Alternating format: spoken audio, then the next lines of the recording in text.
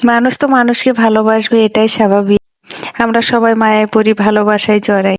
কিন্তু কিরকম লোককে বেছে নেওয়া দরকার সেটা আজকে তোমাদের জানাবো। যে পুরুষ তোমার মতো অসম্ভব মায়াবতী মেয়েটাকে নিজের করে পাওয়ার পরও তোমাকে মায়া করেনি, তাকে ছেড়ে আসো। তোমার এক সমুদ্র প্রেম পাওয়ার পরও তোমাকে প্রেম করতে পারেনি, তাকে স্কিপ করো। তোমার ভালোবাসার পাওয়ার সমস্ত যোগ্যতা থাকা সত্ত্বেও তোমাকে যে পুরুষ আঁকড়ে ধরেনি, তাকেও আঁকড়ে ধরে তোমার জীবনে লালন করো না। ভালোবাসা মৌখিক কোনো ভাইবা না, যেটা মুখে বললেই তুমি উত্তীর্ণ হবে। ভালোবাসা হলো কাজে ও কর্মে ফুটিয়ে তোলার বিষয়। পুরুষটি তোমাকে ভালোবাসে, তুমি মুখে শুনলে প্রমাণিত হবে না, কারণ মৌখিক গল্পে আমরা অনেক কথাই বলতে পারি। ভালোবাসা হলো অনুভব।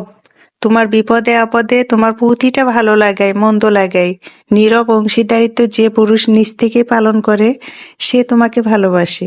তোমার মুখের সামান্য হাসির জন্য যে পুরুষ তাকে উৎসর্গ করতে পারে, সে তোমাকে ভালোবাসে। বন্ধুরা, কথাগুলো যদি আপনাদের ভালো লেগে থাকে অবশ্যই একটা লাইক দিবেন আর কমেন্টস করতে ভুলবেন না। অজানা তথ্য।